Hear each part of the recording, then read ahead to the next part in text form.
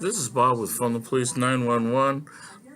Last week, me and Eli went to file an appeal for Eli, and I served the chief by mail. I got this back, and I'll turn it upside down or right side up.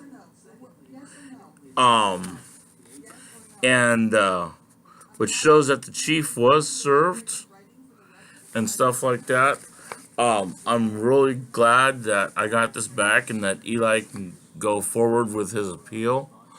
Um, it's really bad when the chief of police files an anti-stalking order against the cop watcher for filming them in public.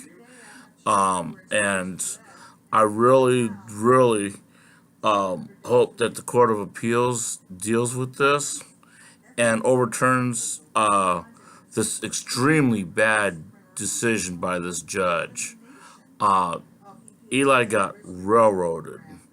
He was supposed to be at court at 8:30 in the morning. He showed up at 8:30, and the court said, "Well, we changed the court schedule. It's now going to be 1:30."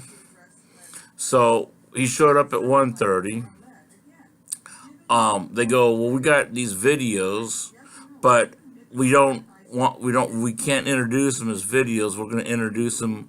We're going to introduce the slide pictures, and that way, you, these slide pictures are what's classified as videos, which is beyond me why the judge even allowed that." Um, Eli objected to the fact that a city attorney represented the chief of police when she was acting in her individual authority.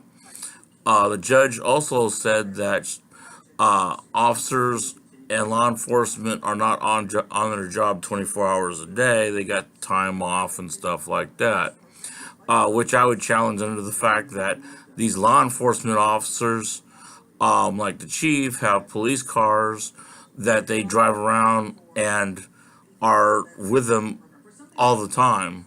So when they go shopping, they take these police cars with them. When they go do errands, they're driving in the police cars. When they're at home, the police cars are parked at their house. So it's obvious that this judge really doesn't know what she's doing. Um, she was a number of black people in our community has said she's a great judge. And the judge or the Governor Brown appointed her to the state Supreme Court. And I don't, and watching her in court, I don't see how she got that.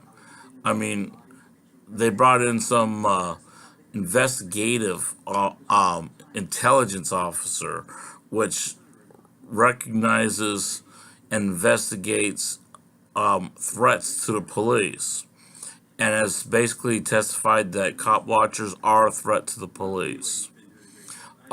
He's committed perjury several times, and when we try to get court transcripts, the CD style court transcripts has been audited. Like for instance, it stopped the first time. First one that we got stopped when his testimony started.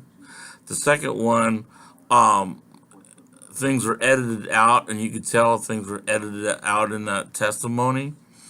Um, and so it's obvious that that the courts are now um, currently trying to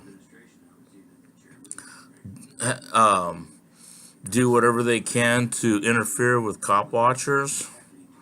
The ACLU has said that they do not want to represent cop watchers, and but they'll represent NAMBLA, but they won't represent cop watchers because we go out and cuss the cops out.